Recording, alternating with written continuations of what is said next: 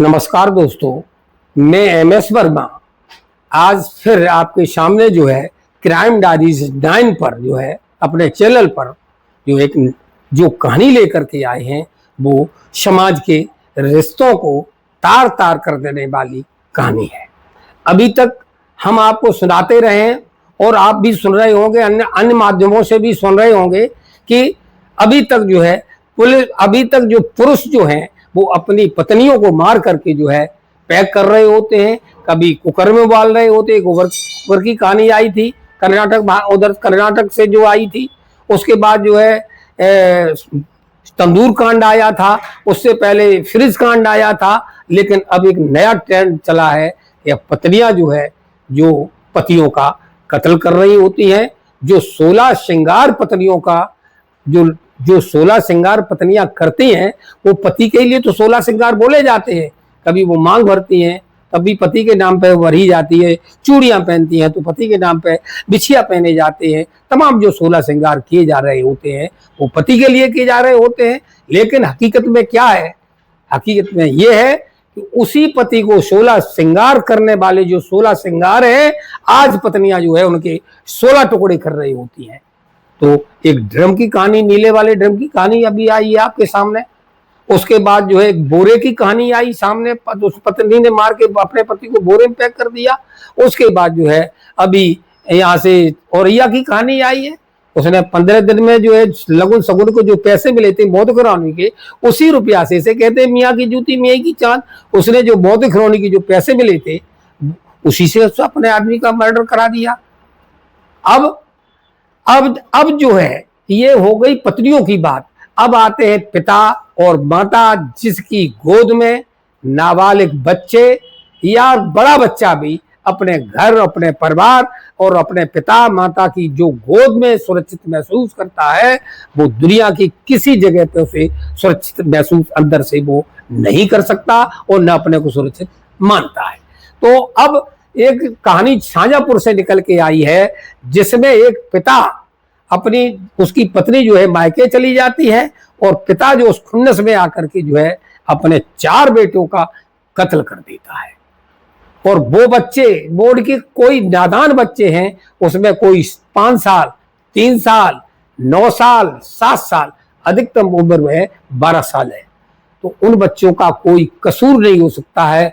उन बच्चों ने जीवन में कुछ देखा नहीं है और माँ जब चली गई है तो पिता के ही पास जो बच्चे सोते होते हैं, सुरक्षित महसूस करते होते हैं। मगर उस पिता को जरा भी लज्जता नहीं आई, जरा भी उसका कलेजा नहीं पसीजा।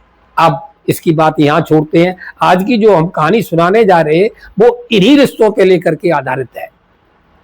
अगर रिश्ते तार तार होने लगे तो वो रिश्ते नहीं, हमारे हिसाब से वो कलंक कहलाते हैं। एक माँ इतनी निर्दयी कैसे हो सकती है, एक माँ इतनी बेरहम कैसे हो सकती है जो खुद अपनी बेटी का जो है एक अपने प्रेमी से दुष्कर्म कराए, बलात्कार कराए और खुद उसका जो है वीडियो बनाए।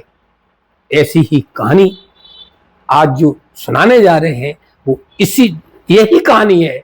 एक माँ जो है जो मोहाली चंडीगढ़ में रहने वाली होती है, उसका जो एक प्रेमी होता है, उसका प्रेमी का नाम जो है रणजीत सिंह होता है, जिसकी उम्र जो है 30 साल होती है और वो निवासी जो है जिला मानसा का होता है। उस रणजीत सिंह के जो है 2 साल 1 साल से पूर्व से जो है अवैध संबंध जो है उस महिला से हो जाते हैं। जब ये प्यार मोहब्बत थोड़ी दिन की होती है, हर चीज बासी हो जाती है, तो उसकी मोहब्बत भी बासी हो जाती है। तो अब उसकी जो 3 साल की मासूम है, उस आदमी रणजीत सिंह की जो है जिसकी उम्र 30 साल है, उसकी नीयत जो है उस 3 वर्ष की बच्ची के ऊपर डवाडोल हो जाती है। अपनी प्रेमिका को वो गुड फेथ में लेता है और माँ भी देखिए निर्दयी माँ भी जो है उसके गुड फेथ में आ जाती है और उचित मौका की तलाश में रहती है और कहती है ये भी हम आपकी इच्छा पूरी कराएंगे। दोस्तों, समय का पहिया चलता है। एक समय जो उसका पिता है वो जो है काम के सिलसिले में बाहर चला जाता है। अब मौज ही मौज है अब तो इन दोनों लोगों की। अब वो जो महिला है अपने प्रेमी को फोन से ऑफर करती है और उसे बुलाती है। वो दिन होता है, उस तारीख होती है 22 तारीख, तीसरा महीना 2025 का वो दिन आ जाता है। फोन करके उसे बुलाती है और बुलाने के बाद जो है उस बच्ची को उसके सामने पेश कर देती है।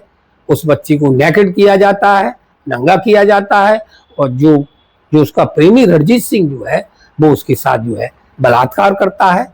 और माँ उसको जो है वीडियो बनाती है, वीडियो शूट करती है।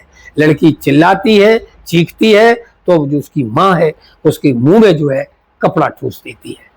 पूरा कार्यक्रम जो किया जाता है वो माँ उसको वीडियो में शूट कर लेती है।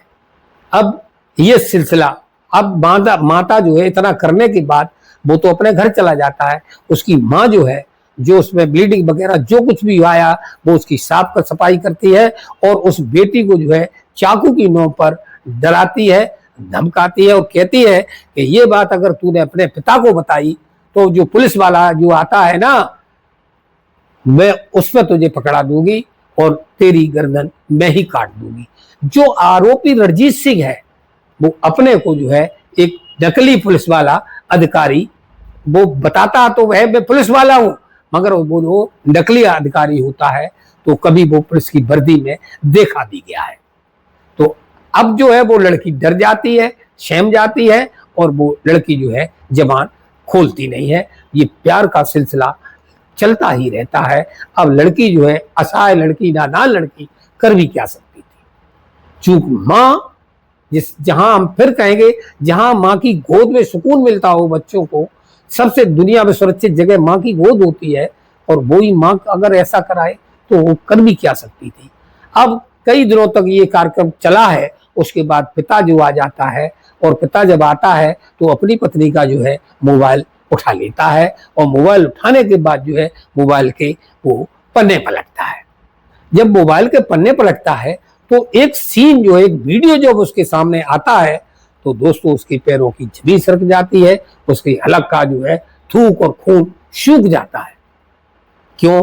उस वीडियो में जो है उसकी बेटी के साथ जो है अत्याचार किया जा रहा है, अनाचार किया जा रहा है, दुष्कर्म किया जा रहा है।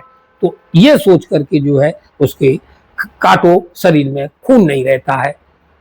वो अपनी पत्नी को कुछ नहीं बोलता है, न कुछ बताता है और वो मोबाइल लेकर के जो सीधा नियरेस्ट जो थाना होता है वहाँ एसएसओ साहब बैठे होते हैं, उन्हें वो वीडियो दिखाता है और जो एसएसओ साहब कहते हैं कि तहरीर में आप लिख के दे दीजिए जो आपको कहना है।